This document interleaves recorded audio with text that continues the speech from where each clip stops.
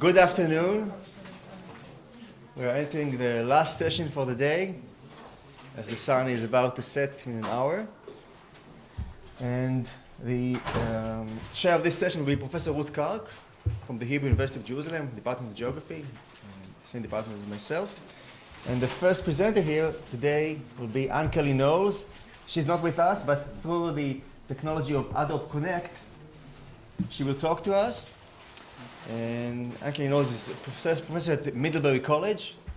She's closely collaborating both with Ian and David. Also wrote several textbooks about historical GIS, and just won the Smithsonian Award for a certain study she did about, do you remember which one? Ireland. What? Ireland, an industry. Okay. And so she's doing a lot of interesting research, and we will hear about a presentation of hers about geographies of the Holocaust, which is a very interesting one. So let's hope everything works fine. Good afternoon, everyone. My name is Anne Knowles. You'll see my picture in the upper right-hand corner, and below my picture, the outline of what I'll be talking about with you today. I would like to thank Noam Levin for inviting me to take part in the workshop, and I would like to say I am sorry I cannot be there in person. What I would like to share with you today are the initial results of an interdisciplinary research project on the geographies of the Holocaust that has been in full swing for more than 5 years now. On my opening slide, you'll see our cast of characters. There are 10 of us who have been working together. About half of us experienced Holocaust historians, and the other half, geographers from historical geography, GI science, and cartography. Those on the geography side had little or no previous experience in studying the Holocaust, and most of our historians had no previous experience with geography. By working together, at least one geographer and one historian paired up on each of our 6 research case studies, we have learned an enormous amount from each other. And I hope that you'll find what we've been doing interesting today. What I would like to do first is explain how the concept of geographic scale has organized our approach to the geography of the Holocaust. We wanted to know at the beginning of our work together what were the operational scales of the Holocaust. That is, at what scale did the major events of the Holocaust take place? And then what might we be able to learn by looking at the Holocaust at its various scales? As a group, we discussed and came up with a list of the major levels of historical events or scales, and we then chose case studies to look at each of those scales in considerable detail. The summary is in the bulleted list on this slide. At the continental scale, how did the SS concentration camp system develop over space and time? At the scale of the region or nation, what were the patterns of arrests and deportations of Jews from Italy? At the scale of the city, how did Jews experience ghettoization in the context of Budapest? And another study at the urban scale, but with closer attention to the built environment. How did visibility and the exercise of control through what guards could and could not see affect prisoners at Auschwitz? At the scale of the individual, what did individual bodies experience in the traumatic evacuations from Auschwitz in January of 1945?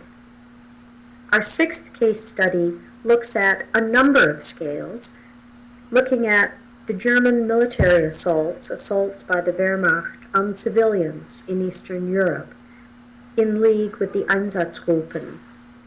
Here, this study looks at both the regional scale of large parts of Eastern Europe, the operational scale of the actions of individual units, and the scale of the individual Wehrmacht soldier or member of the Einsatzgruppen, and how their position in relationship to the killing was a reflection of their moral position. Well, with this general summary, I would like to move quickly to my 4 case studies. I'll be talking most about the project I've been involved in myself most deeply, mapping the SS concentration camps. This project was based on a database, an historical GIS, of SS concentration camps that we have been able to use. It was developed by researchers at the U.S. Holocaust Memorial Museum in Washington. We've credited them at the bottom of this slide. I've been working in this study at improving the database, verifying the location of over 1,300 camps.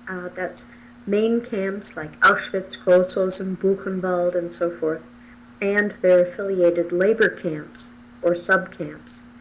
We've also been enriching the museum's database with additional information about the camps, especially in relation to labor and the opening and closing of camps.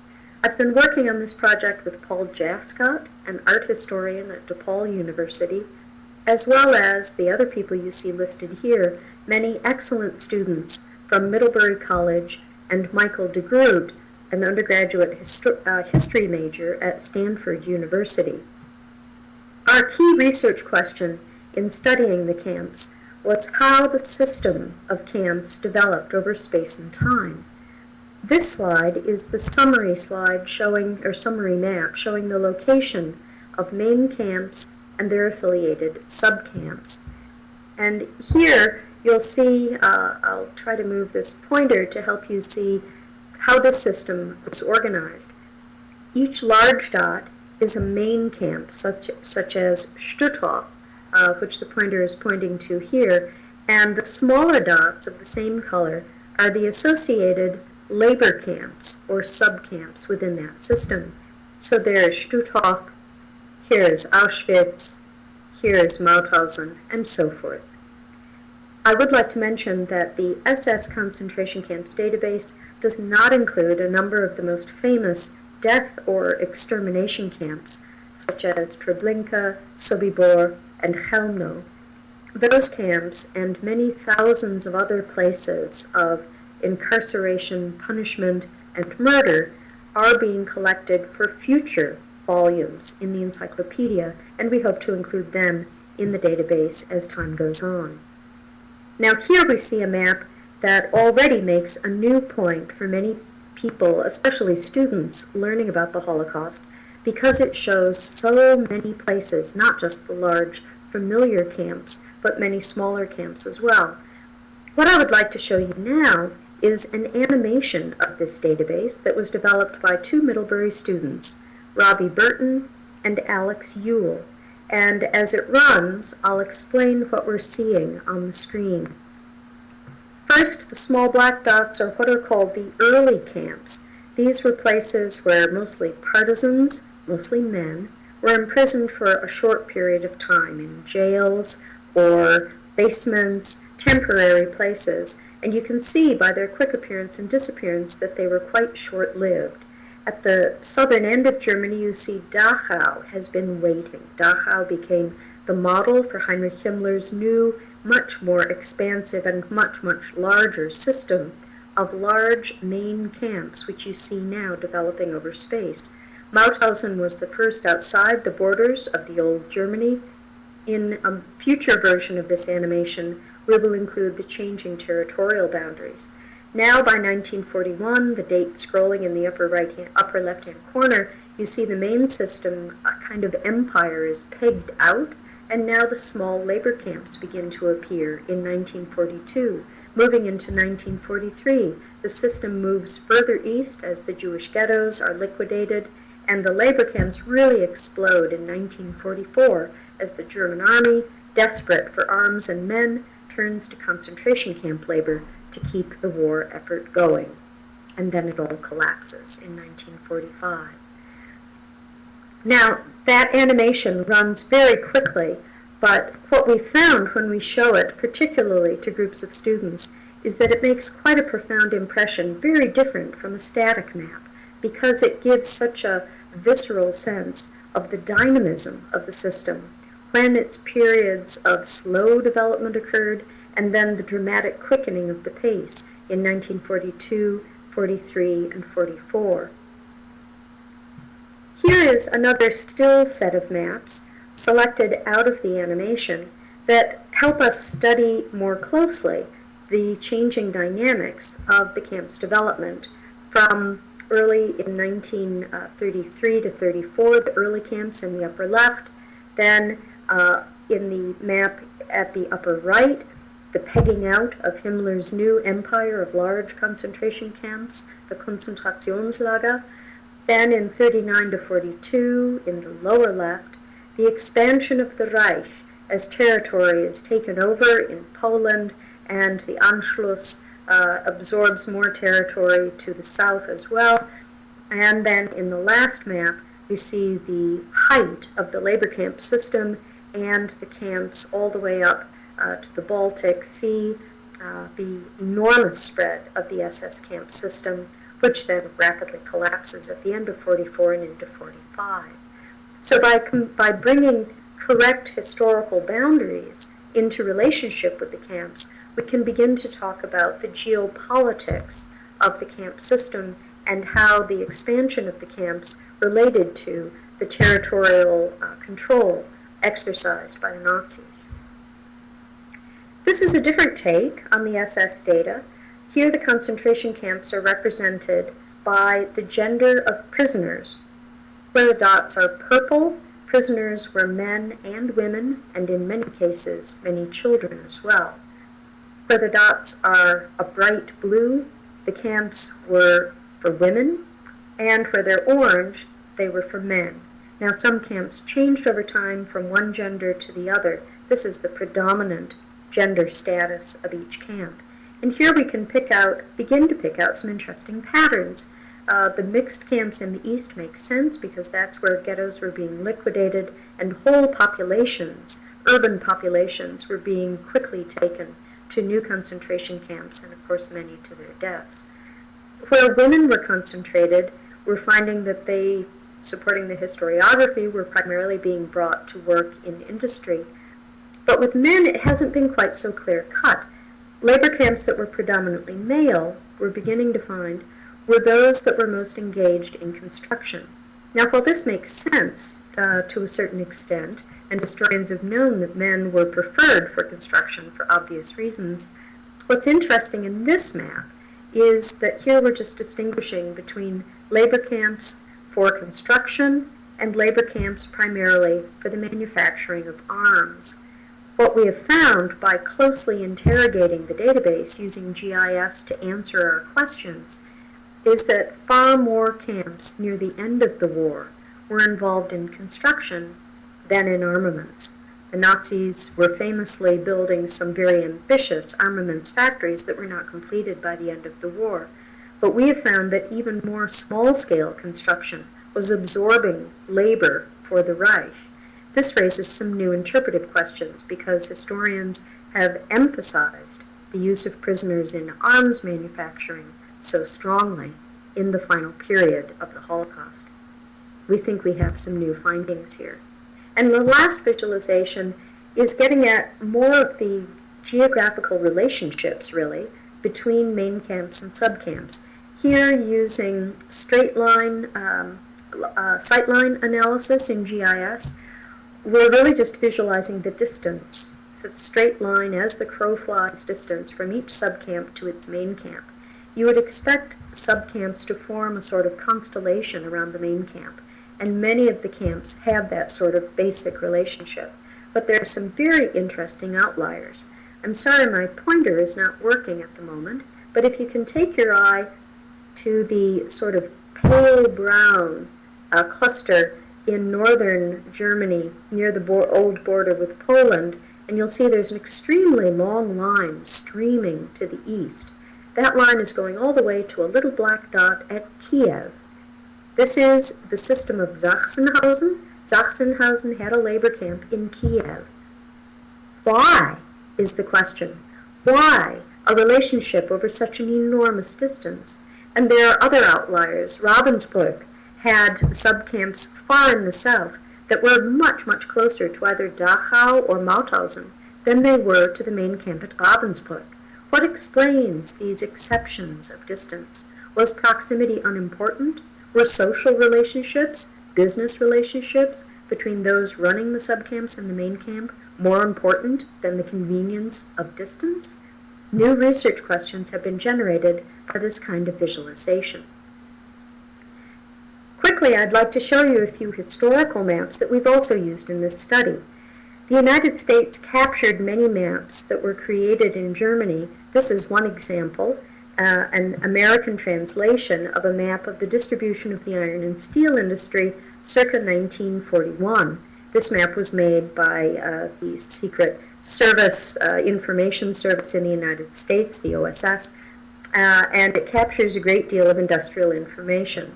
Well, once you geo-rectify that map, you put it into its real geographic space, and you digitize or digitally extract the places of industry, then you can begin to map the location of industry. This is a summary map from many maps, historical maps like the one I showed you for iron and steel, and then we can begin to do some analysis. One of our first analyses was doing basic kernel density analysis to see where the concentrations were of the iron and steel industry in 1941, the machine tools industry circa 1943. You bring those together in the combined colors of blue and purple here, and combine it then with the location of camps, which are here represented by the little black crosses. This is the first step toward what I hope will be quite a probing analysis of the spatial logic or the locational logic of concentration camps in relationship to industry. Now I'd like quickly to move on to Auschwitz. The built environment of Auschwitz has captured many historians' interest and questions, prompted many questions over the years. What Paul Jascott, our art historian and historian of Nazi architecture, was particularly interested in was how the built landscape facilitated control through visibility. He went to the Central Bauleitung records in Berlin of Auschwitz, where the Nazi archives record a great deal of detail of the planning of Auschwitz, and taking those plans, he was able to mark them up. You see one of his working drafts here, which has Birkenau in the center top. And then, with the help of a gifted Middlebury College student, Chester Harvey, convert those drawings into a GIS, which is essentially a database of buildings, each building with its own footprint, with time encoded in its record when it was built, when it was planned, even whether it was built at all.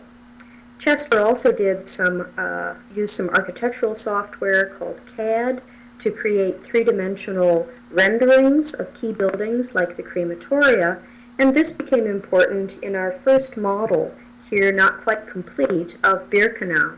And the splash of white light that you see in the middle of this image suggests, using CAD visibility analysis, what a guard standing in the middle of that white ground could see in looking in different directions, and which parts of the camp could he not see. Well, this was our original question. What could a guard see, what could a guard not see, and how might that make prisoners in certain parts of the camp more or less vulnerable, particularly to violence? But once you build a GIS database, as some of you may know, new questions come up.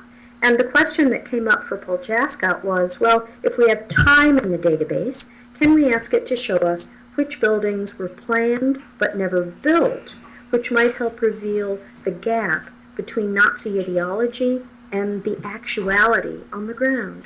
And that's what this map shows. This is the first map in answer to such a question that we generated. In the upper left-hand corner, you'll see a sort of tuning fork shape, or an open square in yellow. That was to be the grand pavilion of the commandant of Auschwitz, which would be the welcoming place, the grand building for welcoming visitors of state. Because, of course, not only was Auschwitz to be a very large concentration camp, but after the war, it was envisioned as one of the capitals of the newly Germanified East. That grand building was never built. What was built instead, in purple, in the middle of this map, you'll see 4 fairly long rectangles in purple. Those were barracks for German guards, built in great haste in late 1943, early 1944, in anticipation of receiving hundreds of thousands of Jews from Budapest and other parts of Hungary. So in other words, what this map begins to help us tease apart, to distinguish, is Nazi ideology from what was actually carried out on the site. We hope to do this kind of analysis across Auschwitz in coming months and years. Now I'd like to show you quite a different analysis, also at the urban scale, by Tim Cole, a Holocaust historian, and Alberto Giordano, the real GI scientist in our group, with Alberto's graduate student Shelley Burleson. And they've titled their study, Bringing the Ghetto to the Jew, because they have found that that was actually what was happening in Budapest.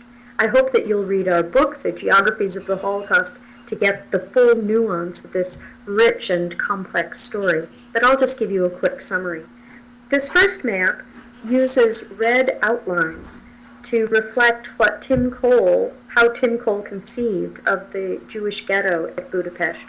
When he did his first studies, he wrote 2 books about the Budapest ghetto before he started working with Alberto, and he conceived of it as a series of fairly concentrated neighborhoods in the city, fairly static, fairly stable, but he also thought that they became much more condensed over time.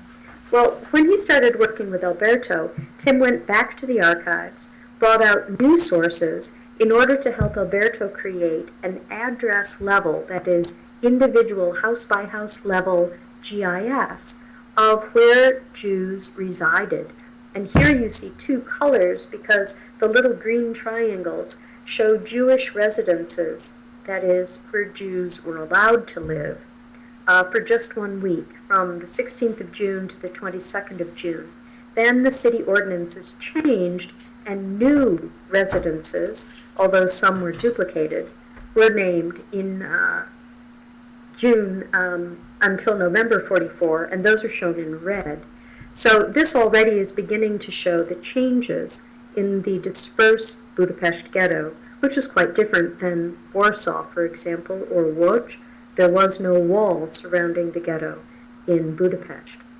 Well, having mapped where individuals lived, they could then designate the Jewish-occupied streets. And this then led to some really interesting analysis.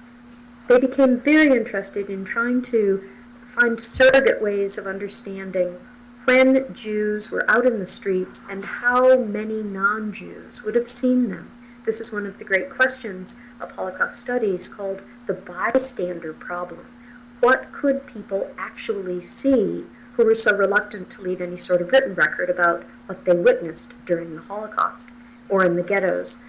So here, in green and pink and bright blue, you see the arc of one of the major streets in the center of Budapest, and all of the little purple dots are designated Jewish residence houses. So already on that street there were many yellow star houses and apartment buildings that would have had the yellow star right on the door or on the wall, designating it as a place of Jewish residence. This next slide begins to show how they used network analysis in GIS to estimate the movements of Jews during the 3 hours when the curfew was lifted. They were allowed to leave their homes in order to do their business in the city.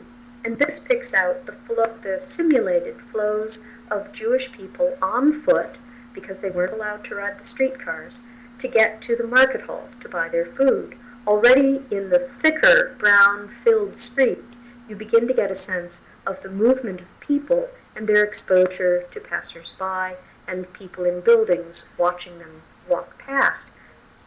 Then I think an even more poignant use of GIS is these next 3 slides, the last I have for Budapest. These estimate walking distance to get to places that were crucially important to the Jews living in the ghetto. First, walking distance to the market hall.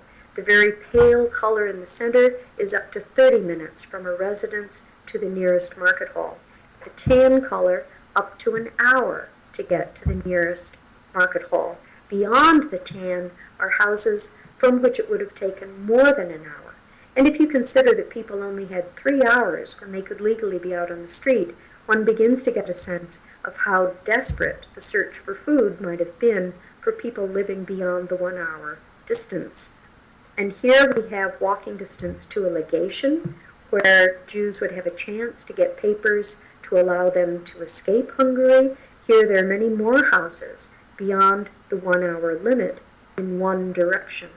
And lastly, distance to a hospital. What I find these maps begin to do is put a very human face on distance. It's not an abstract principle, it was something that deeply affected Jews' experiences in Budapest at the time. And that brings me to my last example, which is the most emotional of all. The effort to map the communities of people, the mobile communities, the marching columns of survivors out of the concentration camps, initially into the snows of January in Poland and other parts of Eastern Europe and in Germany. Sometimes those who survived long enough getting on trains to be taken to other camps in Germany itself. This was the most difficult study. Mark Mazerovsky, Eric Steiner, and Simone Gigliotti were dealing with some of the most difficult, emotional material and evidence, primarily out of survivors' testimonies. How does one map this? Well, at one level, one can map in a fairly straightforward way, as in this map, the routes that people took, because those routes can be reconstructed from various kinds of records, including testimony. And that certainly is useful and important geographic knowledge. But the testimonies contain much other information that is tied to place that the researchers wanted to reveal. And here's an example of how they approached the testimonial evidence. Here is one testimony that they have picked apart into the various segments where the person speaks in reference to a particular place, so that we know where an event happened or what a memory refers to. And so the vertical column here is distance, which of course is related to time. And when they did that with a series of testimonies, they began to see that certain places were associated with more or less testimony, which Eric Steiner then summarized in this abstract graphic. But this really helped Simone Gigliotti, the Holocaust historian, realize that there were as many gaps as periods and places where the testimonials were quite rich. What explains those silences, those white spaces? That in itself becomes another question. And finally, I close with a quite compelling graphic that Eric Steiner made. He conceived of these mobile evacuation columns as strings or threads that became frayed and broken. Here, for example, where a young woman turned to find that her sister was gone, she had died, perhaps been shot, and her whole community became frayed and attenuated, her whole sense of herself, community lost.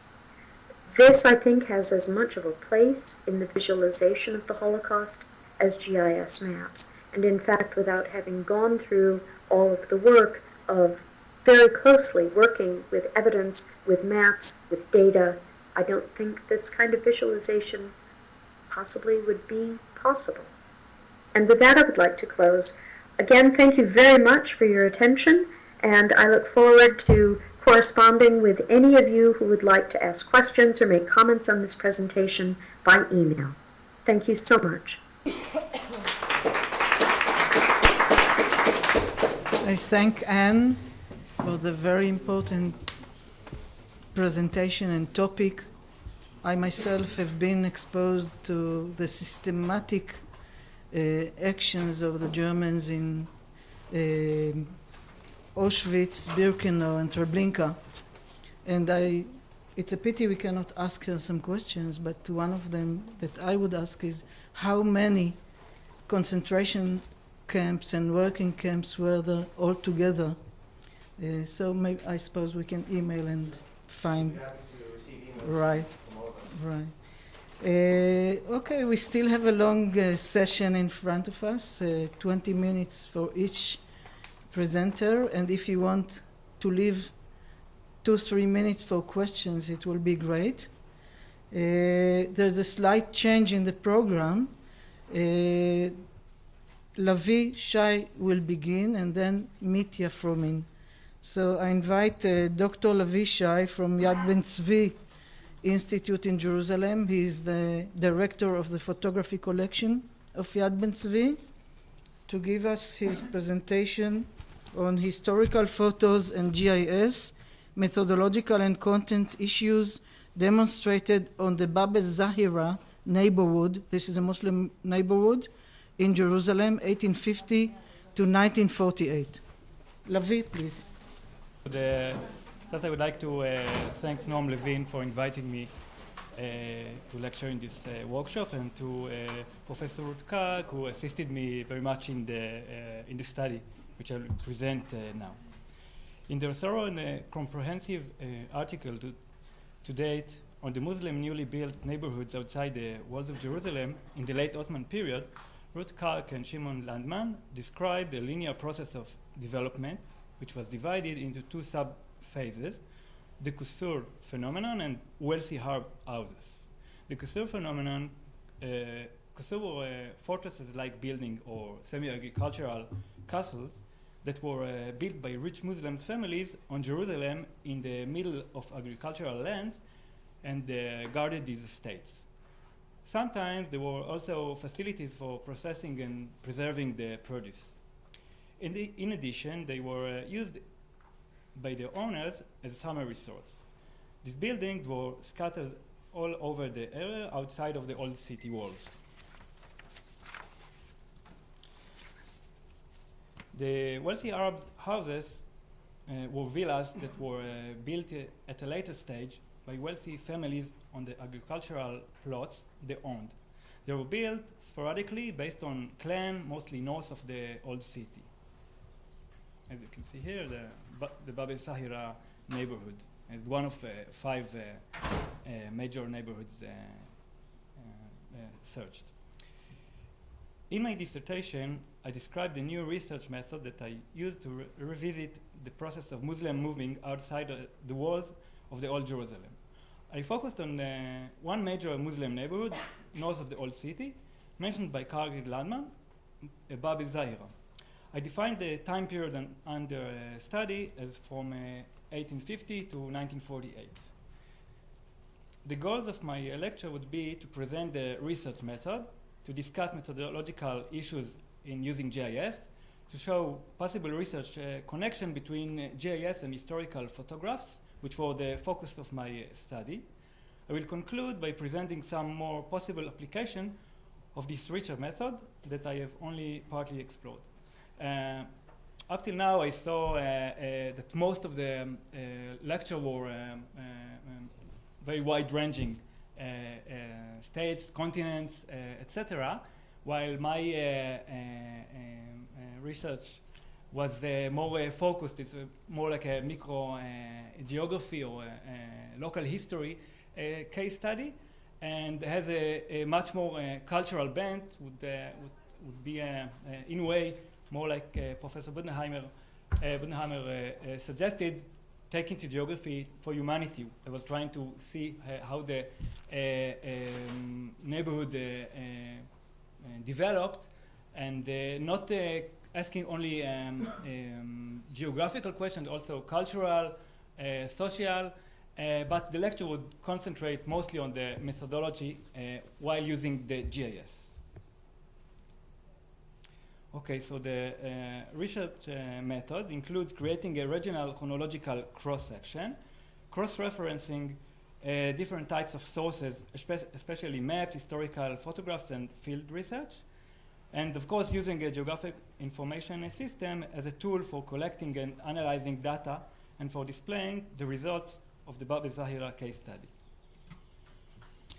The main hypothesis was that cross-referencing photographs and historical maps for the same time period gives an accurate picture of the state of development of the neighborhood, while cross-referencing of photographs and maps of different time periods will present a completely different urban development phase in each source and would therefore be hard to compare. In the case shown, I present how where the photographer stood, and he took a photograph of that area, and that's obviously the photograph that you see. Okay. A substantial part of the research was devoted to building geographic and content layers of information in GIS and to ensure georeferencing historical maps and aerial photographs to the base layer, which was an orthophoto of Jerusalem from 2004. The layers were sites in Jerusalem, historical photographs, building in the neighborhood, which is obviously what I was exploring, and the background database of this layer contains different data on each building, and it was updated with the progress of research. In georeferencing historical maps and aerial photographs to the 2004 orthophoto, they consist of 10 maps in 10 to 20 years interval. This enabled me to compare each map with a photo that were taken in approximately the same decade. The sites in Jerusalem layer made it possible to determine approximately when the photographs were taken. For example, if a familiar site appears in a picture, we know that the photograph was created at a later date than the establishment date of the site and vice versa.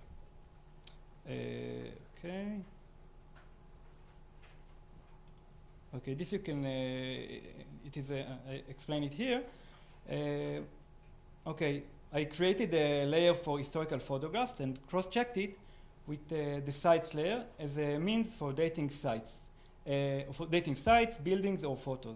Altogether, I ensured 44 photos to the GIS software, but I used over 200 photos of the neighborhood for visual analysis and comparison. In the example shown, you can see an updated photo from the Matson collection, an undated photo from the Matson collection in the Library of Congress. When I enlarge it, I mean, looking at it this way, you cannot really tell when was it photo. Generally, I can, but in the Library of Congress, it is dated between 1898 to 1946, which is quite a big time period. But when I enlarge it, I noticed the clock tower at the Jaffa Gate over here was missing. It was dismantled in 1924, and the Terra Santa College near Rhavia over here was not yet established. I concluded that the photo must be from 1924 or 1925.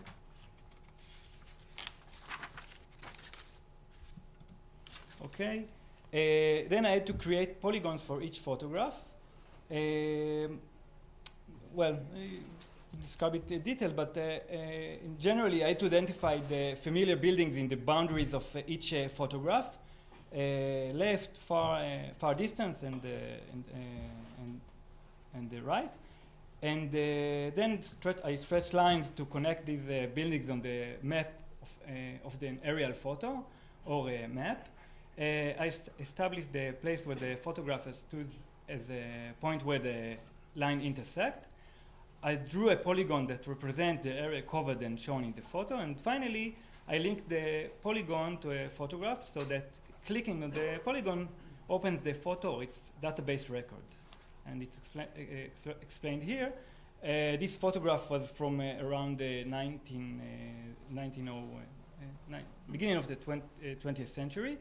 I recognized the buildings. Obviously, I think I cataloged about 200 sites in Jerusalem from all various dates, establishment dates in the beginning of the modern period, I mean 19th to 20th century. And then I could, I could make the boundaries, could line the, okay, you can see the same sites over here. And, okay, this slide shows the process. And in this case, building 12 and 13 are not visible in the land photo because they were only built in 1903. However, they do appear in the aerial photo from 1918, as you can see them here. Okay, setting the boundaries of the neighborhood, the case study area, was necessary to determine which buildings to study and which to leave out. The decision relied on previous works, road compounds, and existing and types of structures. For example, smaller and simpler structures in the northern part of the neighborhood were left out. Subdividing the area made it easier to locate each building and to trace historical geographical processes. The next step was to create a layer of buildings in the neighborhood, first those from the Ottoman period, then from the British period. Here I used the aerial photo from 1918 and from 1945. After creating the infrastructure, I needed to update the data on each building. In the example shown, you can see all kinds of information, such as dates of building establishments, names of owners, roof types, and information from various sources, which I'll come back to part of it later. I used quite a few different types of sources, maps, aerial, and ground photographs, that I analyzed visually historical sources and field research. I'm going back to the panoramic photo of 1924 for the Matson collection in order to show the capabilities of this method. Except for one aerial photograph, I found no photos that showed the buildings in the northeastern part of the neighborhood. This is because they were far from the old city and on the slope of Wadi Joz, facing away from Mount Scopus. When I enlarged this photo, I could see the outline of the neighborhood and some of its buildings.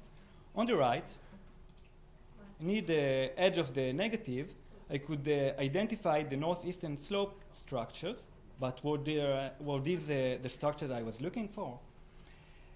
When magnified, I could see that the vertical line connects structure 39, the turret of the École Biblique school, and the Russian Church of the Holy Trinity and the Russian compound. This meant that the shooting point, structure 39, the turret, and the Trinity College should fall on the same line. Then all that remained was to illuminate structure 39, the two sides, to draw a line between the photograph's position and the church, and to see if the line crosses structure 39. Obviously, it did. My assumption was obviously proven. On that basis, I could determine that the buildings 38 and 39 were built prior to 1918 as dome-roofed structures, and that they had not undergone any significant changes until 1924. And obviously, I could find some more information from that, make some more information from that knowledge. Okay. Okay.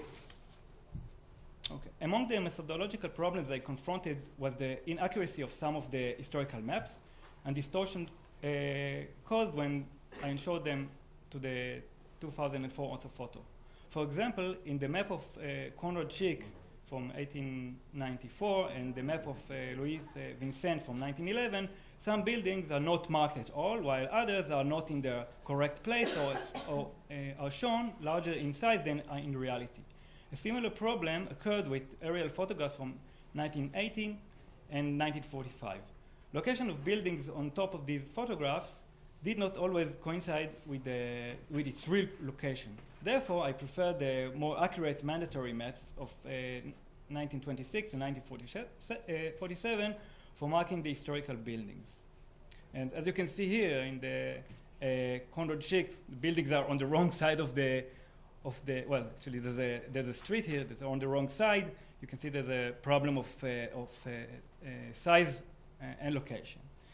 A different kind of problem was the biased nature of the photos, which affected the results of the study and its conclusion.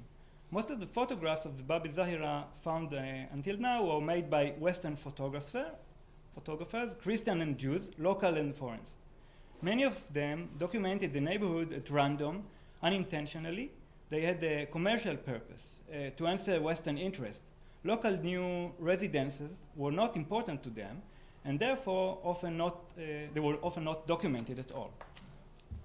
As you can see, what was interesting for them was the new Calvary, the new place where Jesus was supposedly buried, and I could use that information because they were unintentionally photographing part of the Bab ez-Zahira neighborhood in the background, and many of my photos are from this kind. Private collections of the founders of this neighborhood remained unavailable for me. Therefore, the perspective on the development of the neighborhood is mostly general and external. The study does not allow a thorough glimpse of the social and family milieu in the neighborhood and microgeographical aspects that can be detected in family photographs. A comparative analysis of aerial photographs and maps from 1918 and 1945 through 1947 showed the number of buildings that were built in the late Ottoman and British period and their spatial layout. But as you know, the capabilities of the GIS are much more powerful, and many more types of information can be extracted from historical photographs. For example, as you can see, the list is only partial. The example I gave showed the eclectic style that permitted the neighborhood in the beginning of the Mandate period, and also the widespread use of glass and metal in windows and doors at that time. The other example raises the question of how to represent temporary data in GIS, such as a one-time Arab political event. As I mentioned earlier, gathering information from various sources and integrating them into the database allows me to develop a historical geographical narrative for each building in particular and for the neighborhood in general. The slides show raw and processed data for building number 11. It was built around 1903 as a modern residence for the owners, the Nashashibi Nusayba family. However, after a few years, it was occupied by educational institutions continuously. This house was not an isolated example. From the study, it appears that many buildings originally built as a residence were transformed into commercial or institutional buildings. In fact, the diversification of land used in the neighborhood during the Mandate period was a phenomenon characteristic of the neighborhood at that time. About a third of the buildings in the neighborhood were utilized for various purposes other than resident, and you can see here I marked them in blue. In the final part of my lecture, I will show how a residential building in the neighborhood reflected the changing atmosphere and the new culture that was brought by the British, along with the modernization, of course. The example of building 41 shows it was built as a one-story structure while with a flat roof near the end of the 19th century. But it was changed into a two-story building before 1924, as you can see here. The study revealed that 44 Ottoman buildings, 22 were built with traditional flat or domed roofs, while 21 were covered with modern roofs of rails and roof tiles. In the British period, many buildings were built with tiles roofed from the beginning. But 10 out of 22 Ottoman buildings were with flat or domed roofs were changed. They were either converted into two-story buildings, enlarged, covered with tile roofs because of its benefits, or all of the above. This slide illustrates one example of how changes in the neighborhood were detected, thereby enabling creation of its historical geographical narrative. I think it's this. Building 23, for example, was enlarged both vertically and horizontally, and a tile roof was added to it all between 1924 and 1930. In the end of the analysis process, I was able to create a series of maps which presents the buildings with flat and domed roofs versus tile roofs in each period. This is the Ottoman building. This is Ottoman tiles versus flat roof. And as you can see here, you can look at the building number 6, which has a dome roof, and then it changed into tile roof in the British period. Okay? Okay. To conclude, I would say that this research method provides merging of varied historical sources into a single database, a high level of certainty in identifying building and compounds and tracking changes in them, information retrieval using queries with clearly displayed result maps, versatility supporting application to a wide variety of urban and or rural localities. Although I dealt in my thesis with some of these issues, I did not discuss many subjects such as the area of buildings in the neighborhood, continuity and changes in family estate boundaries, layout of ownership plots in the neighborhoods, and changes in it. Since they were less connected to the photography issues I was dealing with, I also did not relate to the narrative of neighborhood development, since I was engaged primarily with methodological issues. This I will leave to another lecture. Thank you.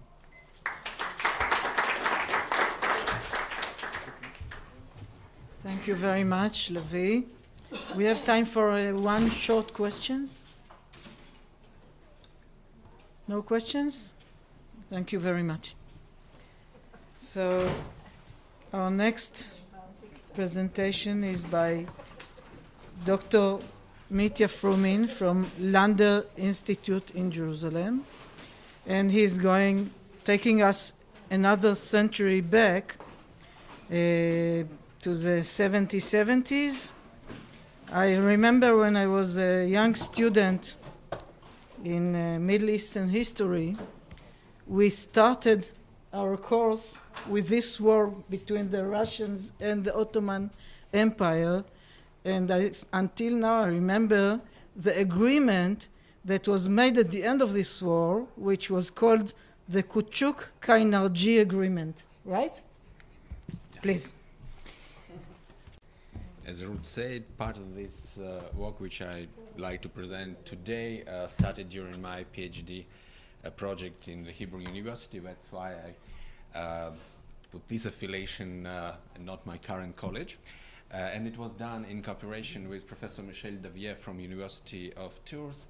And as was mentioned earlier this day, it's not enough to know GIS in order to use it in historical context, and that's why I was needed some other expert, because this three-dimensional model was a visualization of nice city of Beirut, which unfortunately till now I wasn't able to visit. So it was necessary to have some expert who familiar with the city, and Michel Davier used to be a lecturer for 20 years in the American University of Beirut. So he has first-hand knowledge of this city. And actually, everything started during one of the numerous Russo-Turkish war. Russia is a country to the north from North Korea and a little bit bigger than Queensland, but in this case, the Russian Navy for the first time arrived to the Mediterranean and actually destroyed the Ottoman Navy. After that, they established their base in the Aegean Sea and the archipelago islands, and became masters of the Eastern Mediterranean for several years. And that's why they were contacted by the local rulers who wanted to use this unique opportunity in order to separate themselves from the Ottoman Empire. One of these rulers was Ali Bey al-Kabiri, Mamluk ruler of Egypt, but before Russian commander-in-chief Alexander Orlov responded to proposition of Ali Bey to cooperate, it was a coup d'etat in Egypt, and Ali Bey was forced to leave Egypt. Finally, he found his way to Akko, to his only ally in this area, Sheikh Dair al-Omar, who was the ruler of Akko. And from this camp near Akko, he asked the Russians to assist him come back and capture Egypt. But before the Russian squadron arrived, he was already killed, and then the Russian squadron arrived in the spring of 1773, actually only thing they were supposed to do, just turn back and sail to archipelago, but they obtained very interesting proposition to assist the local rulers, other local rulers. In this time, the former rulers of Beirut, the Druze princes, who were expelled from their city by the men of the Damascus Pasha, and this man is pretty much known in the Middle East. His name is Ahmad al-Jazar, who faced Napoleon during the siege of Akko 30 years later.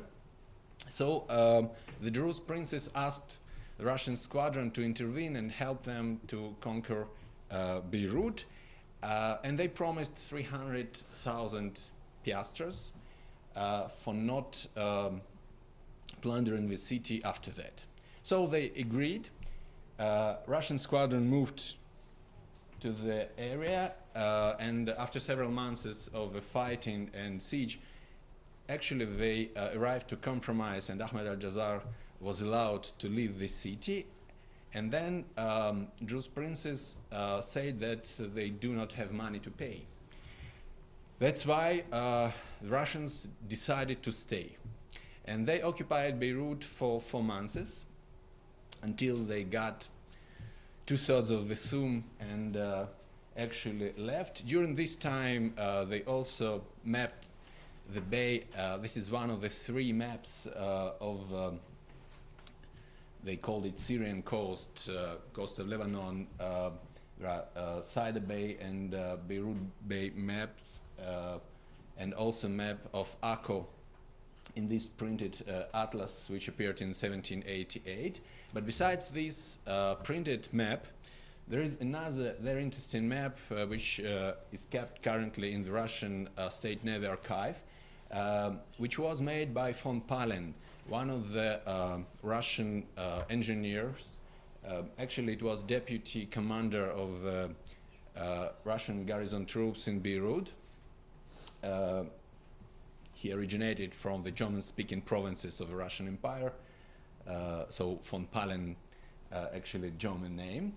And he created this great map of the Beirut with depiction of different stages of the siege, with depiction of inner structure of the city. And when we found this map, which is the earliest known modern map of Beirut, and it was done somewhere in 1773, we have decided to use it in order to create a 3-dimensional model of Beirut at the end of the 18th century, in order to understand better the city, its structure, before we'll move further for historical account of the siege. But in order to deal with a 3-dimensional model, and of course we need to make georeference, and in order to make georeference you need a good topographical base. Beirut was changed drastically at the second part of the 20th century, so we have decided to choose the map, which from one hand is pretty much modern, from other hand is pre-Second World War.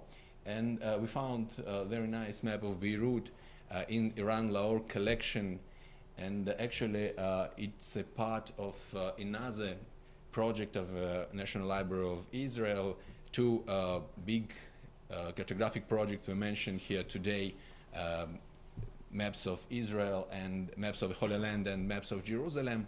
But there is another very nice project which is called Historic Cities, with a lot of lovely historic maps. And not because I'm a webmaster of this project, I'm mentioning it, it's really worth it. This map was used to digitize contours, and we obtained a set of level heights every 5 meters, which we digitized as lines. After that turned to polygons, and after that the digital elevation model was constructed, which we have used in order to georeference the map. But when we started this process of georeferences, we have figured out that actually map is not consistent, and first of all we found that coastline changes in direction of coastline were not properly depicted on this map.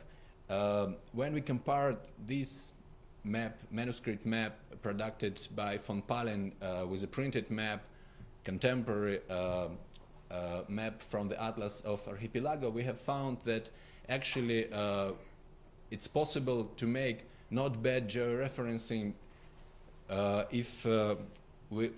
if we'll do it separately for each part of the manuscript map, but it's almost impossible to do it in a good way for the man at whole. That's why we have decided to concentrate our efforts only on the walled city of Beirut, because we found landmarks which preserved till today, and it was possible to figure out their position precisely on the map of Beirut. So we have picked up 8 points, and 2 near the coast, 4 in the middle of the city, and 2 further from the coast. What we have figured out from our attempts of georeferencing, we arrived finally to the error somewhere about 40 meters, but we have figured out that if we'll take these 2 points out of the consideration, we'll obtain much better precision and accuracy, and that's why we also figured out that the map was not consistent. It was stretched in the direction from north to south. But when we have started with digitation of the living blocks, actually there were not much details regarding these inner neighborhoods of the city. So we just digitized the contours, created polygons, and provided all of these neighborhoods with the same extrusion height. The next task was to deal with the city wall. City wall, which consisted not only with wall parts, but also towers. Fortunately, we have several pictures of historic Beirut walls, which were raised down in the middle of the 19th century. So we have, on the map, we have a course of these walls, and we have more or less height of these walls, which we can estimate according to historic photographs, and this helped us to create this pattern of the city wall. And then we moved to several buildings, several historic buildings, which probably were most interested from military point of view. They were depicted with more details, and actually we have a pretty much good plan of these buildings. 3 of them are mosques. There is also cathedral of the Greek Orthodox Church. We have 2 small fortresses near the sea, Burj, outside of the city walls, and one of the main city walls, city gates. So thanks to Professor Davier, who possesses a large collection of different visual materials connected to 19th and 12th century Beirut, we were able to check this material and arrive to conclusions regarding to height of different objects, and then recreate them with more accuracy. Here you can see this is the sea, one of the sea fortress. This is a round tower which was kind of stronghold on the western part of the city. So in this case, you can see usage of different drawing, historic photos.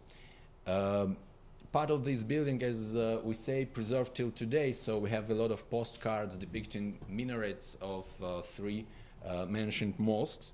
And that's why when we have started to reconstruct on modeling these buildings, we have decided to model them dome structures separately, and this provide us with more nice picture and more truthful view. We have used also romantic painting from 19th century, but not only. One of the main problems for us was to get aerial photo of the area, and then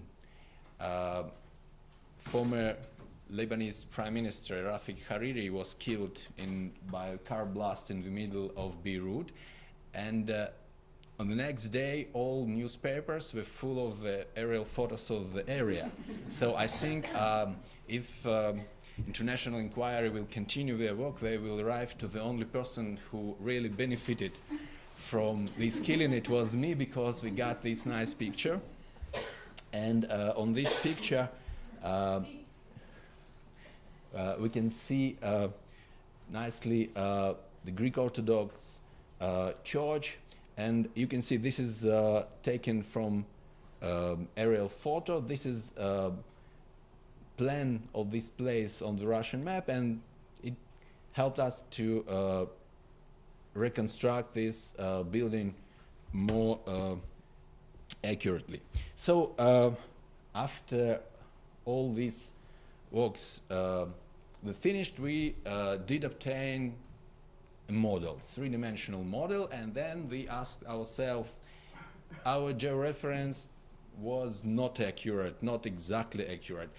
We made several estimations, and how we can say that our work was good one or bad one? How we can verify our results? And fortunately, we have a nice opportunity to do it. As I said, von Pahlen map was made in 1773.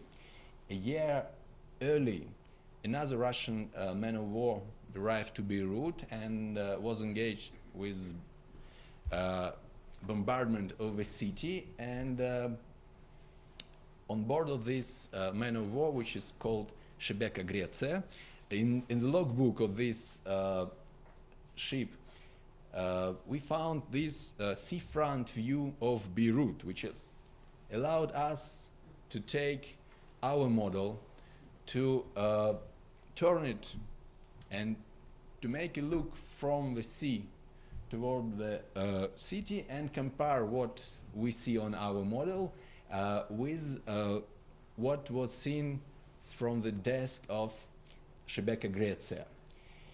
Well, we have not other means to verify our model, so we arrived to conclusion that our model was good one. It's actually, when we put all things together, really helps us to understand the geography of the city, and if we'll take into account that the next modern map, precise map, was made 70 years later, it actually extended our knowledge of the 18th century Beirut, and we will use this model in order to write the story of the siege based on the Russian reports, because now we can clearly see all these strongholds and all positions which were taken by fighting parties. So this model will not be just for the beauty, but it's beautiful, I admit. So thank you very much. I want to thank also to Noam Levin for inviting and to organizing this nice workshop, and just to mention that most of the analysis was done in Hebrew University GIS Center, where tomorrow the second day of the workshop will take place. Thank you very much.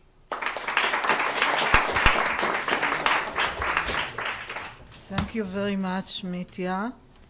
I must mention that I think Mitia was a pioneer at the Hebrew University to combine historical geography and GIS. We even tried to organize the basic level GIS for historians. And I think, at least I've seen today several of my students from this course. That's good. So any questions? None. Okay, thank you very much. So our next presenter, I think I do not have to present him. You know him already. Owen Powell from the University of Queensland, AU, which will speak about mapping artesian springs in Western New South Wales, Australia, an analysis of 19th century survey. Please. Okay, so today I'll be giving I'll try to go this fairly quickly. Mapping artesian springs from the Great Artesian Basin. So basically this work is using maps in a more applied environmental research format. Due to over-extraction from the Great Artesian Basin, a large groundwater system, there's been a massive downdraw in aquifer pressure and the extinction of these ancient artesian springs. And so in this project, we were interested in finding out where they were, finding out where these ancient geological vents were. And obviously the best way to find them is to look on the original survey maps of that area in New South Wales, but I'll go into that soon. So in terms of the overview, I'll give a brief hydrogeology of the Great Artesian Basin. I'll talk a little bit about the cultural history of the springs and the mapping history. I'll talk about some of the methods, results, and a few concluding remarks. So the Great Artesian Basin, again with the big theme, it's big. It covers 22% of Australia, and it consists of alternating sandstone aquifers wedged between impermeable layers, which charges that aquifer. The water enters the GAB through these outcropping beds, which are mainly along the Great Dividing Range, which is shaded grey. And the water has a natural outlet, but prior to the development of the Artesian Basin since the 19th century, in these massive supergroups of springs. And the area that I was looking at is down in New South Wales in the Yulo, Burke and Bogan supergroup of springs. So this is a bit of a model of how the Artesian Basin works. The water falls, it's charged continually by rainfall through these outcropping intake beds, sandstone beds, which are permeable, flows down underground, becomes trapped between these impermeable layers.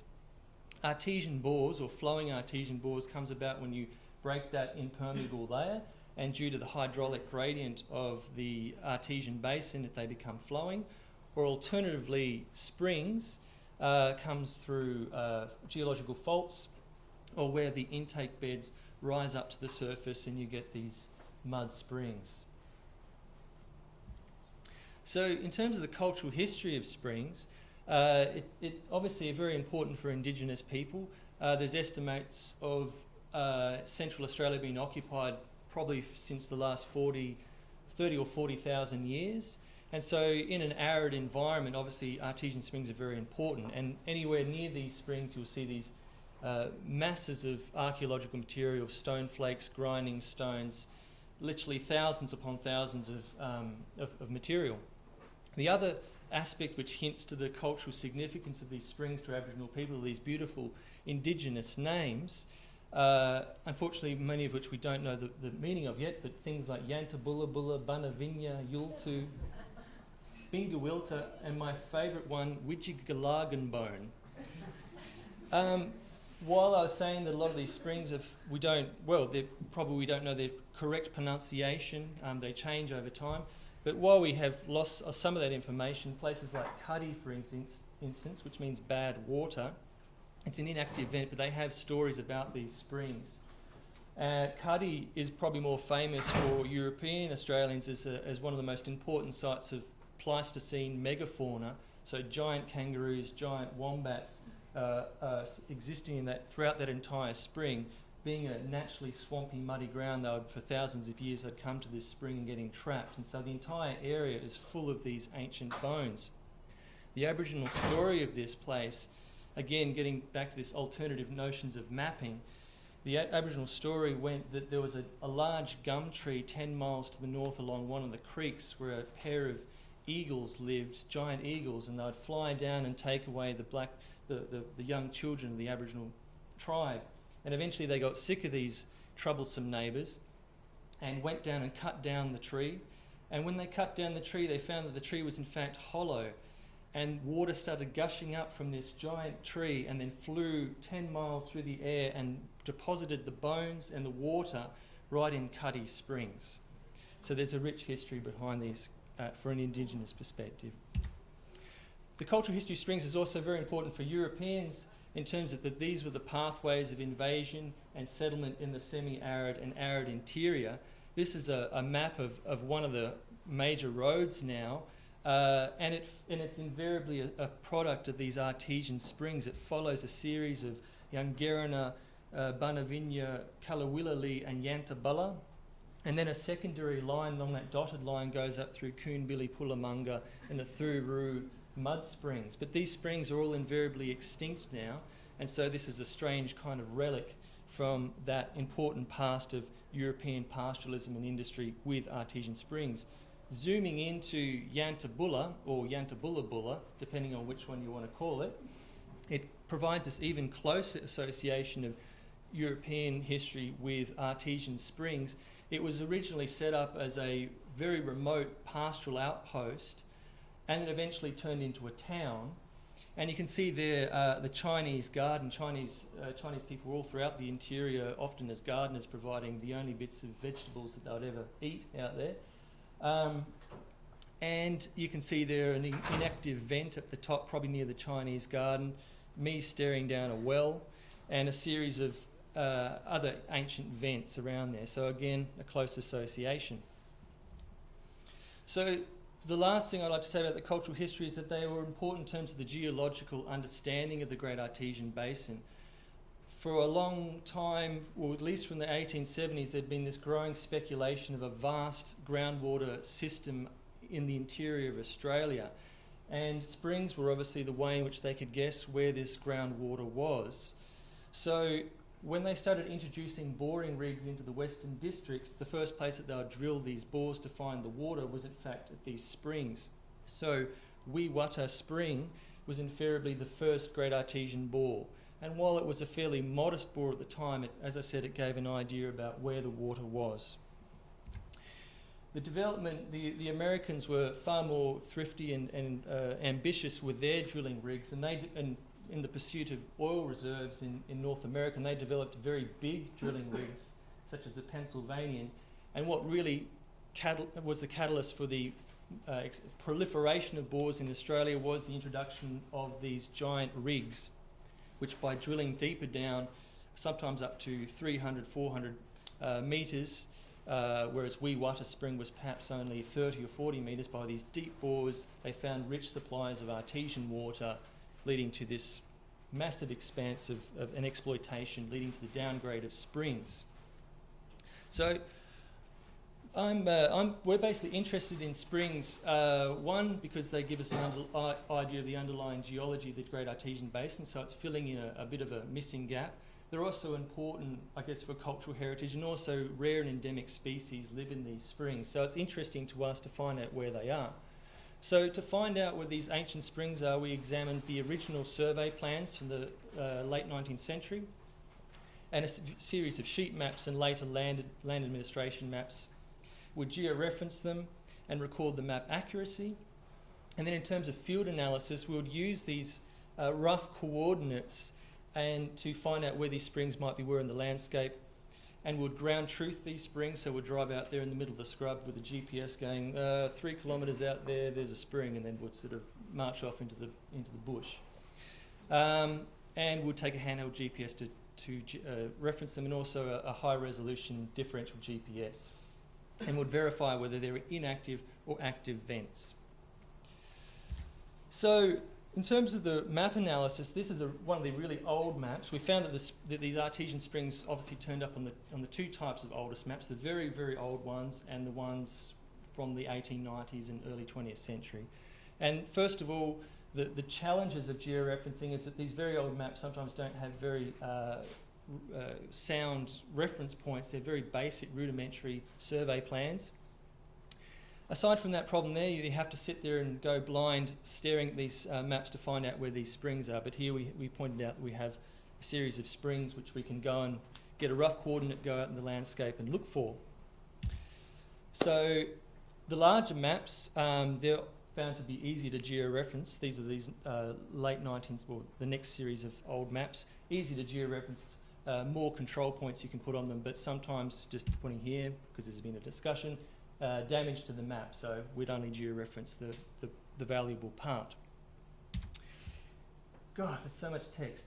All that tells us is that the really old maps with the little stars next to them, we turned out new springs that hadn't been recorded before. Basically, in terms of the error of the map, it was a lot less than the actual real error. So the error between where the spring was on the map and where the spring was in the landscape. So there's a difference there. And again, ability to not make many control points at this stage. The later maps have a similar kind of pattern, slightly lower error of the map, and but still sometimes high error in terms of the difference between where the spring was on the map and where the spring was in the landscape. And only one new spring turned up there.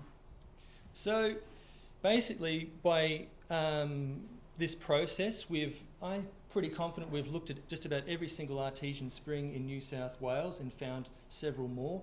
It has confirmed what's happened elsewhere in terms of the extinction of springs. 70% or roughly or more of vents have been rendered inactive. And it comes up with a series of conclusions we can make about this. We've looked at over 100 historical maps, found 8 new ones. The historical maps were generally accurate based on these property boundaries, which tells us something about how the maps were made. So basically, back in the day when these huge pastoral properties were being established, the surveyor would go out there and he'd go, right, I'm going to sit here with a theodolite and go 20 miles that way. I'll turn the corner, I'll go 20 miles that way. He gets back to the homestead, goes, mate, is there anything inside this paddock? He goes, oh yeah, there's probably a spring 3 miles south from the borderline. Boom, he drives that in. So it's something about how those maps were actually made. It confirms the need for a contextual interpretation of maps. You need to talk to farmers. Sometimes these farmers actually know far more than what is actually on the map. You also probably need to look a little bit, we often looked at Google Earth to try and get signatures in the landscape. And in terms of the field analysis, the conclusions, it confirms the downgrade of springs across the Great Artesian Basin.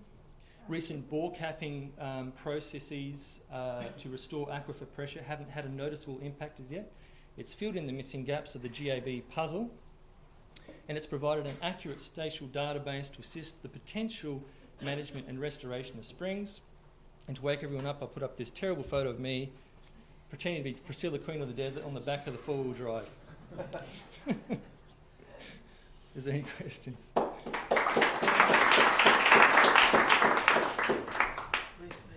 there are questions.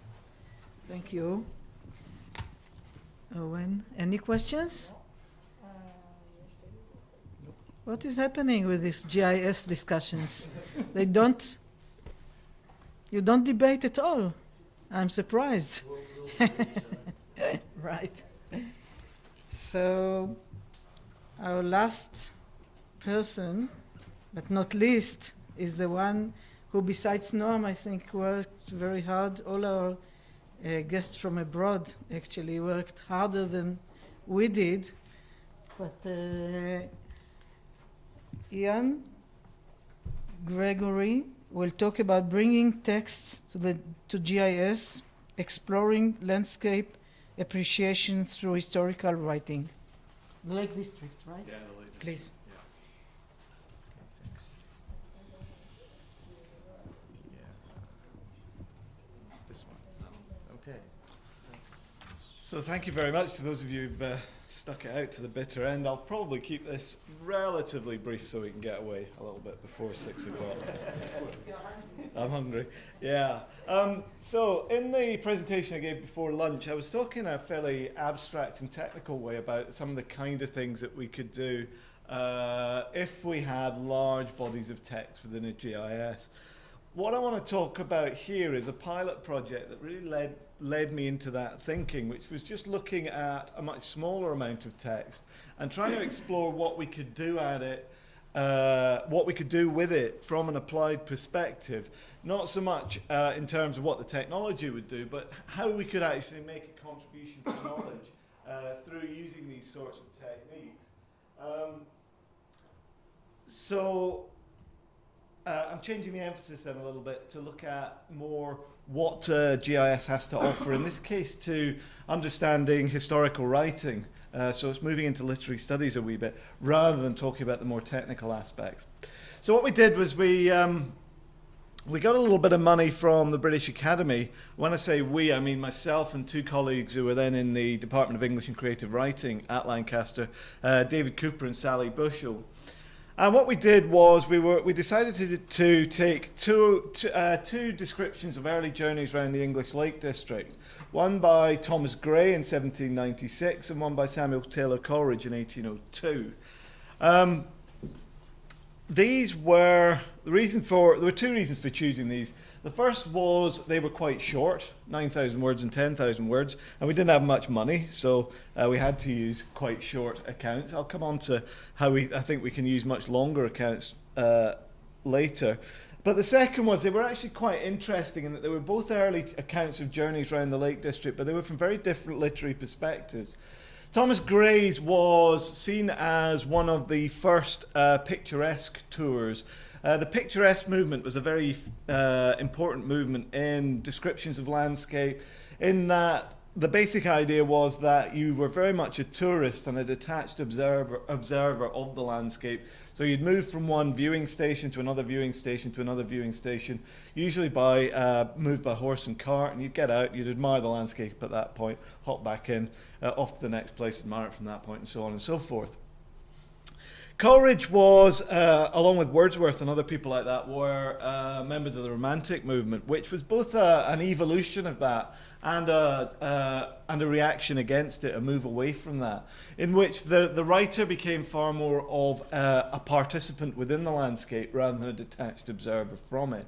So we were hoping that we'd be able to find some more about these contrasts between picturesque and Romantic writing as part of that.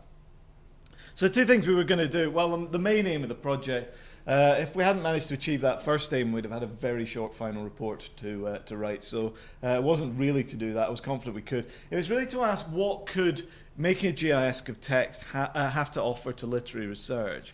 And that's really what I'm going to talk about. The method was type the text up by hand, tag the place names manually, convert it into a GIS. I was talking about that sort of thing earlier. But particularly then, what can we do to analyze the text once we've got it in GIS form? This was a bit of a leap of faith for me because we're moving more from historical work into literary studies, and the overwhelming way that people within literary studies research isn't by kind of abstracting away from their sources and bringing large amounts of material together in the way that historians are fairly comfortable with, certainly social science historians are fairly comfortable with. But instead it's very much, literary studies is very much based around what they call close reading. In other words, reading text very carefully and trying to understand the subtleties and the nuances of it. And that's not the sort of thing that GIS is necessarily going to be very good at. So I was quite relieved to find there's also a movement within literary studies called distant reading, pioneered mainly by a guy called Franco Moretti at Stanford. And what he understands by distant reading, he outlined in his book Graphs, Maps and Trees, where he basically used those three devices, graphs, maps and trees, to explore various literary phenomenon. So with graphs, what he's doing, this is just an example from his book here, with graphs what he's doing is exploring the the numbers of books published in certain genres as they changed over time, and basically showing that genres evolve quite rapidly and then drop away quite rapidly, and that continues as we evolve over time. With maps, he's looking at protagonists in novels about Paris and what he termed the objects of their desire.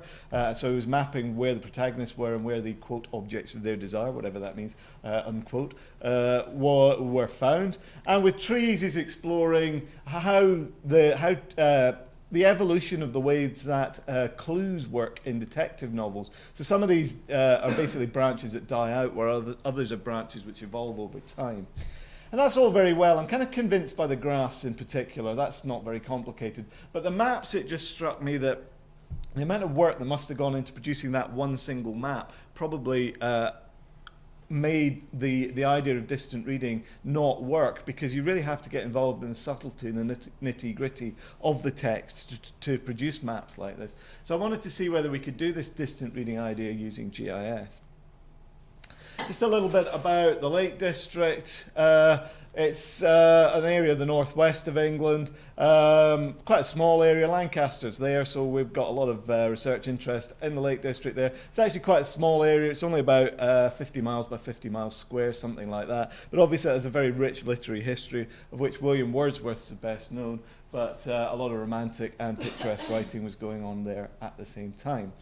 So we got these two texts into a GIS, and this is initially what we come up with. It's just a dot map summary of the two tours. So Thomas Gray started in a place called Brough over here, journeyed, I should say that these dots we've got shaded in solid are places that they mentioned that they were actually visiting while they mentioned, whereas the other circles like this one here that are unshaded are places they're talking about from a distance. Coleridge is big on talking about places from a distance, more so than Gray. So he started in Brough, he journeys down to Penrith where he spent a night, travelled down to Ullswater during the following day. Ullswater's this lake here, and then back to Penrith that night. Then carries his journey on to Keswick here, where he spent several days journeying out during the day to the surrounding areas, particularly Borrowdale, Derwentwater, Lake Bath-and-Swait. Then after several days there, travelled through the centre of the Lake District over Dunmail Raise, comes down and spends a night or two in Kendal, then come down to Lancaster where he spent another night or two, and at that point our interest in his tour ends. He carried on to Yorkshire after that, but that's very much getting out of the Lake District area, and we were really interested in the Lake District.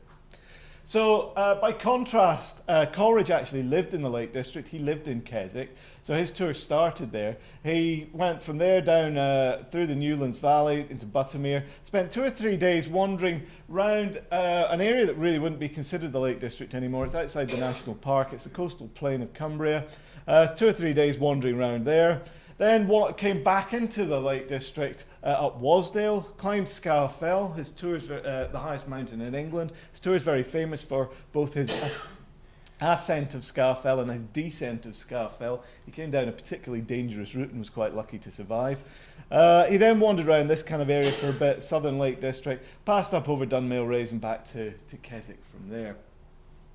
So that's a very simple map summary of two different journeys around the same landscape. But as I said earlier, these kind of dot maps aren't always an ideal way of trying to understand the landscape, trying to understand spatial patterns. So again, we were trying to use different techniques. So this is a density smooth surface of the places mentioned by Thomas Gray, either places he was explicitly visiting when he was talking about it, or places that he was talking about in summary. And you can see that the impression you get from that is his tour is very much centred on Keswick and the area that it surrounds, but also a little bit clustering around Penrith and Ullswater, a little bit around Kendal, a little bit around Lancaster. Coleridge, by contrast, really quite different. His tour is very, very much centred on the Scafell area, Scafell-Wasdale area, whether it's visiting or all mentions. It's very clear that that's, in terms of place names that he's talking about, that's very much the centre of his tour. And we can take the GIS slightly further to then compare and contrast those two tours. What we've done here is the areas shaded solidly in green are places only talked about by Gray. Areas shaded in solid red are those only talked about by Coleridge. And the areas in between, the kind of in-between colours, the pale greens and the yellows, are the areas that are talked about by both of them. And the interesting thing is that there's so few of those. There's Keswick, which Coleridge only really talks about because he lived there, so he talks about leaving it and coming back to it, but that's his only real interest in it. And there's Dunmail Raise, which they both pass over as part of their tour. But really, although they're both Lake District writers, and both quite famous Lake District or both quite famous tours of the Lake District, they're actually, what this map makes clear, is they're almost talking about completely separate landscapes, completely separate parts of the Lake District. Started taking this a little bit further and started looking at Wordsworth as well, but I haven't got very far on that, so there's not a lot I can say about that at the moment, but I'm hoping we'll get quite a lot further with that in the not too distant future. But we wanted to go a little bit further than just talking about where they were talking about, to get more into how they responded to the landscape. So the way we did this was, it's quite a challenge to map it, and it was also quite a challenge to summarize emotion in a way that could be mapped. So what we did, or rather what David did, was went through all of the adjectives that were used by the two different writers to describe places they were visiting. And he allocated them to a 10-point scale from 1s and 2s, which were words like dull and dreary and so on, places that you're really not impressed with, all the way up to 9s and 10s, which were words like sublime and terrifying. Terrifying is good in 18th century landscape appreciation. You want to be terrified by the landscape. Sublime's another good one. So they were the kind of 9s and 10s. And so it developed a slightly arbitrary numeric scale in between those two. Well, while you can quibble a little bit about the details of the scale, what comes across very clearly actually is that the places they're responding to emotionally are a little bit different to the places they're talking about spending the most time talking about. With Gray, it's very clear that Ullswater really impressed him, and it wasn't so much areas around Keswick, particularly not Keswick itself. It was south of there in Borrowdale and Derwentwater that he was really impressed with, that he really comes across strongly in his map of emotional response. With Coleridge, it's a little bit different. He clearly was very impressed with the area around Scarfell, and that comes across very strongly. But again, this area here, the Newlands Valley and towards Buttermere up here, also comes across quite strongly from that, whereas other areas, where the coastal plain, where he spent quite a lot of time, really doesn't.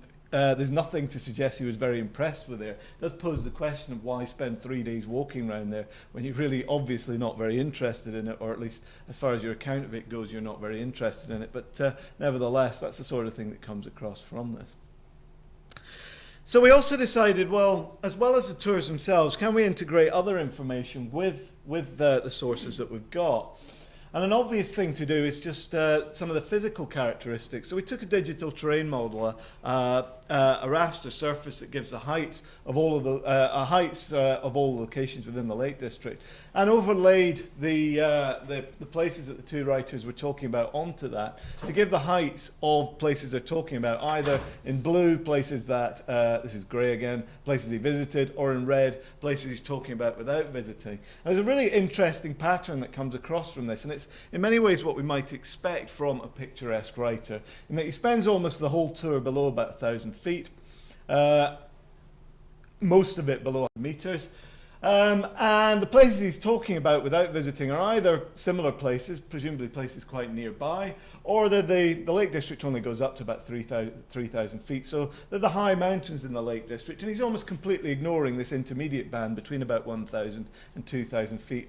Almost get completely ignored throughout the tour. So there's it's either it's nearby and I'm interested in it, or it's a high mountaintop and I'm interested in it. Bits in between, he's going to almost completely ignore.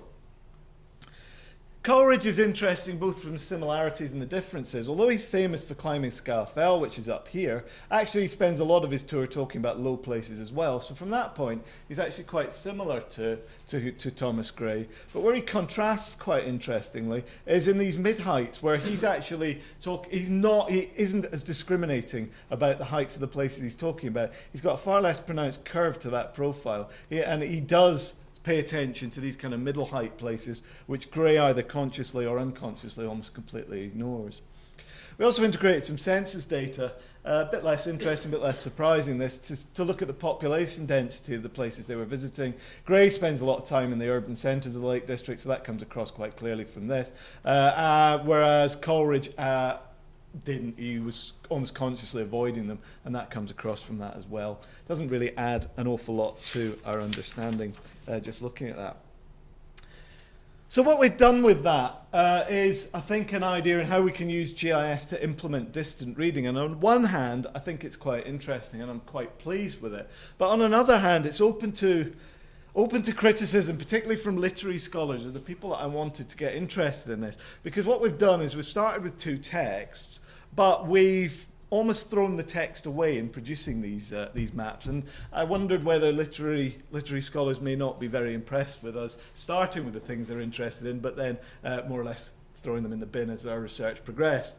So I thought the question from there became, well, rather than just resort to these very abstract representations of the text, can we actually use GIS or geographical technologies of one form or another to try to enhance our understanding of the text and enhance the way that we read about the text? And this is one attempt. We've been through several iterations of this, which is why there's 2 URLs down the bottom, and there'll be more to follow, I suspect. But this is one attempt at how we can go about doing this.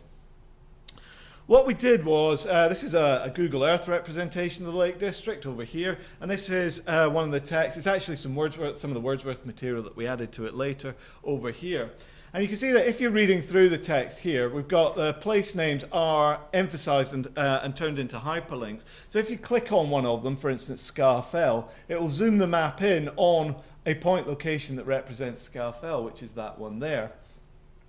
And similarly, so what you can do from that point of view is, if you like a text, just use the map to enhance the text. You can read the text in the normal way, but you can see there's an awful lot of place names in this text over here. And even if you know that landscape quite well, then you're unlikely to really be able to visualize in your own head how those places all fit together. So you can just use the map to help you understand it. And if you don't know the landscape, then clearly having those being able to map the places really does help you enhance the text quite significantly. The other way into this, though, might be, well, I'm interested in Scafell, so I click on Scafell here, and it will then return all of the different mentions of Scafell using this keyword and context idea up here. So you've got a brief summary of the kind of surrounding text of that particular mention. But then you've got hyperlinks out here, which will then allow you to zoom straight to the location in the text that that particular reference occurs in. So in that way you can actually use a map-centric reading whereby you're clicking on the place that you're interested in, or perhaps the nearby places, and you can then follow out to all the mentions of that place that occur within the text that you've got within the database. So in this way we're actually trying to use geotechnologies to enhance our reading of the text, rather than this idea of replacing the text in the more distant reading kind of way. As we were doing that, I said in the first talk I gave that I thought GIS, one of the underrated advantages of GIS is its ability to integrate data from different sources, disparate sources. And as we were doing that, somebody suggested to me, well, why don't you, if people aren't familiar with this landscape, why don't you add some photographs to it to show you what it's like? But rather than add our own photographs, I don't know if you're familiar with it, but the photographic website Flickr it's a Web 2.0 site. It's a kind of site that allows users to upload their own photographs. And it's got about 1 million photographs of this area already in it. So why do we want to bother putting a dozen or so of our own in there? So what we decided to do on at least one iteration of this was include hyperlinks out to the website Flickr that would actually show you photographs of the area that you're interested in. So this is photographs tagged that you can. Some of the photographs within Flickr, or some of them at least, a lot of them, about 1 million around the Lake District, have got what they call geotags in them. So they've got a latitude and longitude, so you know where they're talking about. So in this case, these are photographs around the Buttermere area. There's about 1,178 photographs around here. You can see some of the thumbnails there. And we, just to narrow it down a little bit, just included photographs that were also tagged as landscapes to try and narrow it down a little bit, but there's still an awful lot of them. This gives you a basic outline map, and if you then click on one of the particular points within Flickr, it'll give you a bigger thumbnail image, and then it'll take you out to the photograph itself. Now, we originally just put that in as a kind of bit of background context, But David Cooper said to me one day, well, you know, yeah, I'd expect that the way that these photographs, the way people visualize the Lake District now, and thus the way these photographs are appearing, will have a lot to do with Romantic writing, particularly Wordsworth, because Wordsworth did a lot to define how people look at Lake District landscapes.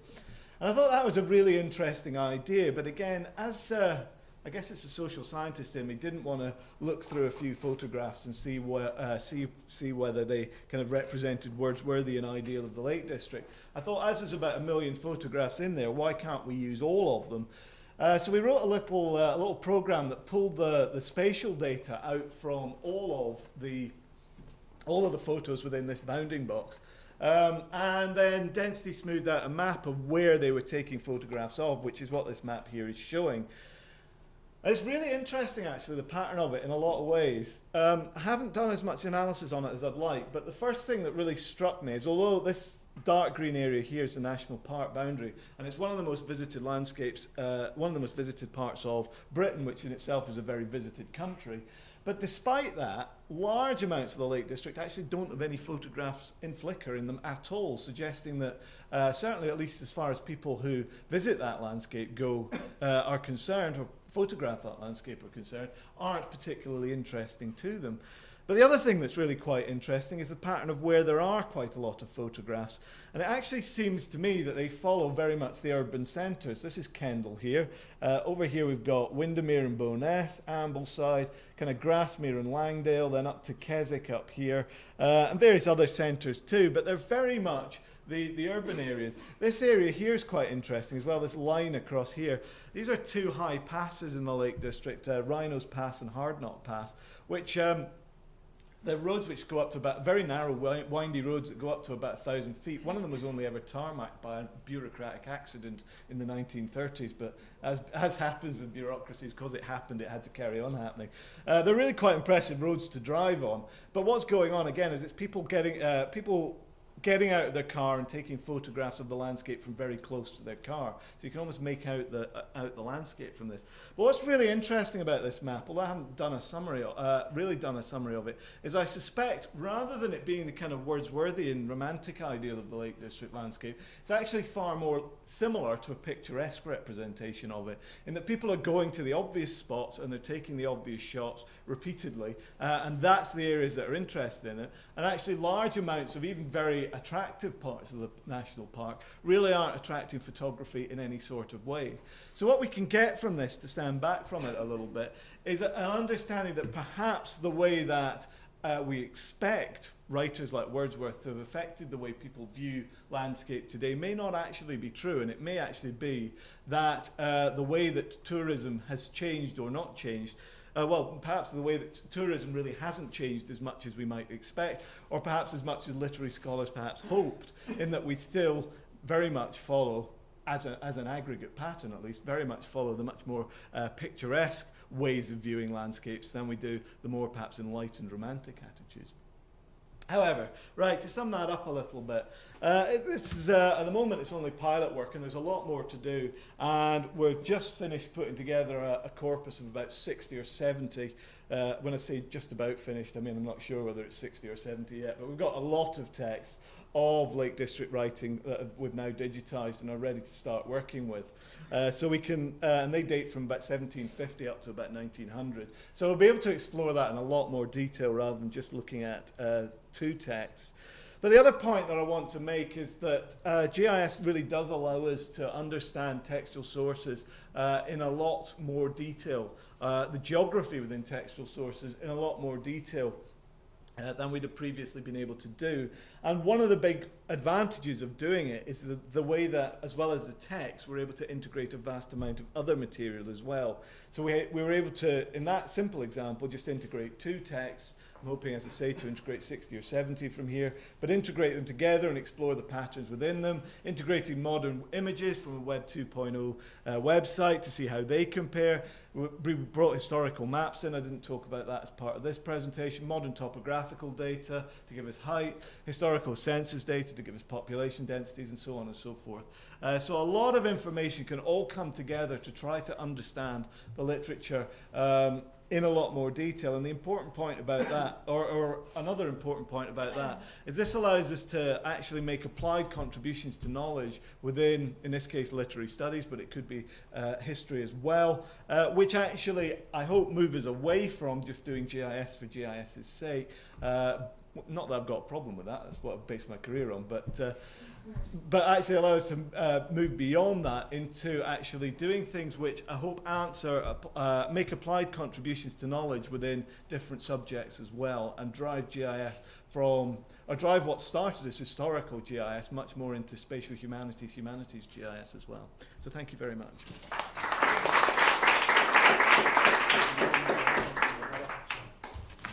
Thank you very much, Jan. We have a question, please.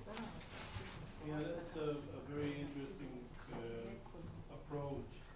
It seems to me I don't quite see how spatial relationships can work. I don't see how this can contribute to understanding spatial relations, but where I think it does, can contribute a great deal in terms of GIS analysis of text, is what David was talking about earlier today, and that is providing depth in terms of place, understanding place, and characterizing place as is characterized in text and other media. So what you really could use this for is intensive, in-depth profiling of place. Yeah. I think it does, but I think it also enables us to understand the spatial relationships between the different writers. One idea that we've got as we move forward with 60 or 70 texts is to see how whether there's a shift in emphasis from certain types of place into certain types of place over time, or whether journeys are largely just repeating previous journeys and making the same sort of comments about them. So in some ways we're trying to use a similar idea to history of cartography. A lot of what goes on within the history of cartographies, looking at different map series to see when the maps change significantly, and that's kind of what would be one of the ideas that we're trying to bring with this. Things like either with changes in genre, or perhaps with things like changes in the transport system with the arrival of the railways.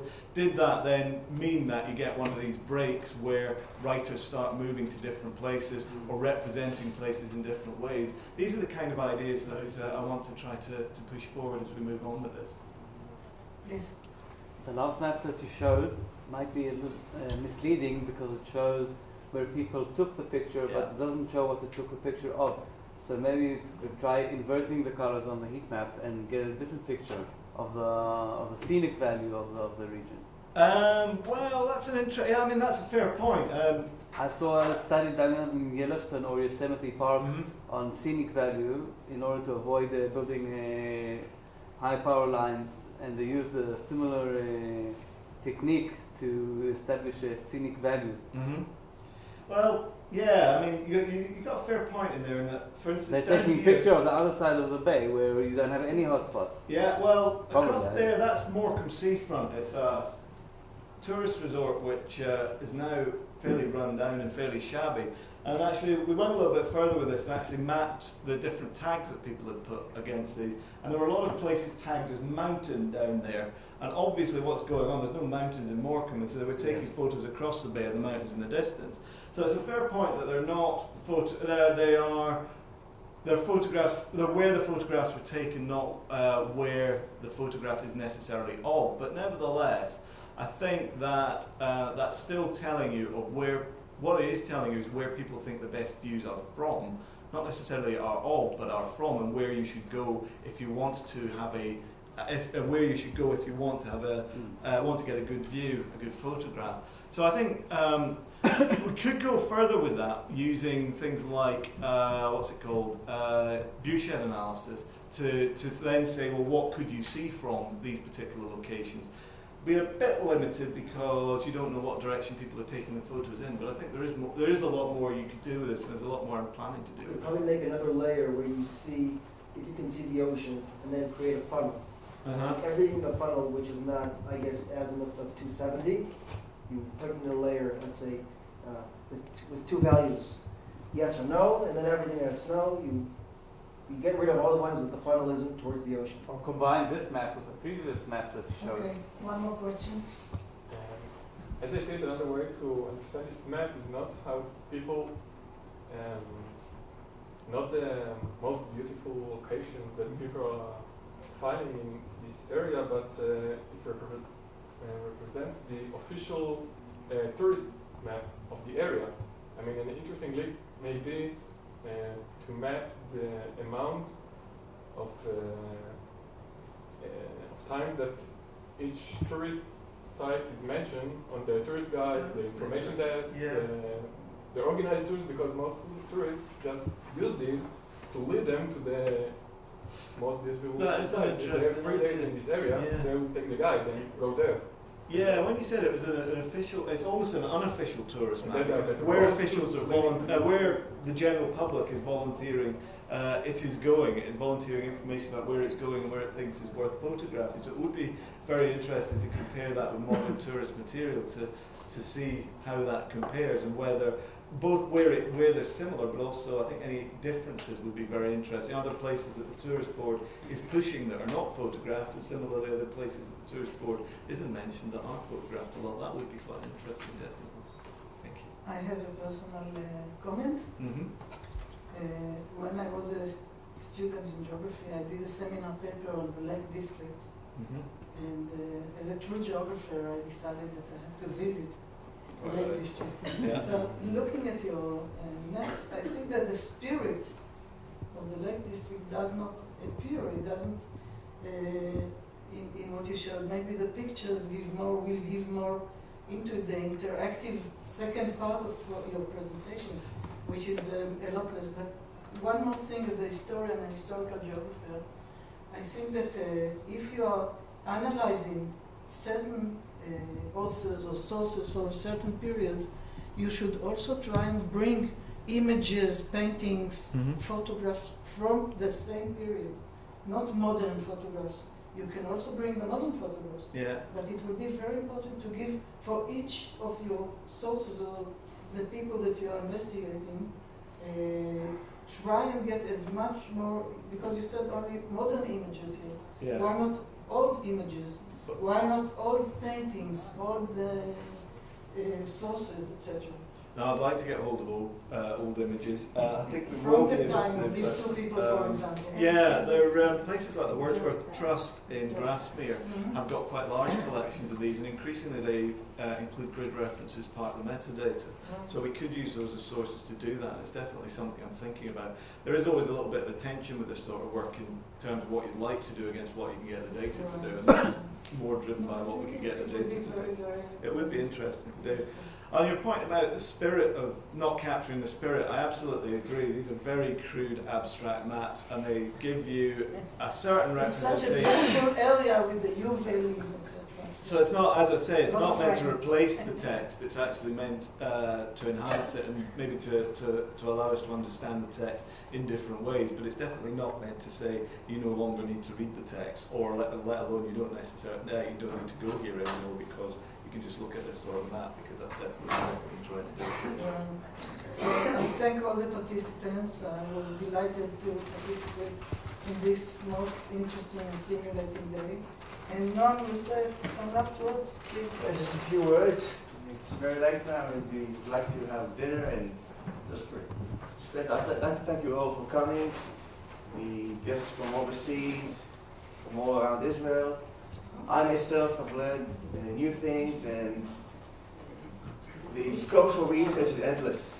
And there will be always more things that we'd like to do than is possible. And the amount of data is now available. We are flooded with data. We can never analyze everything.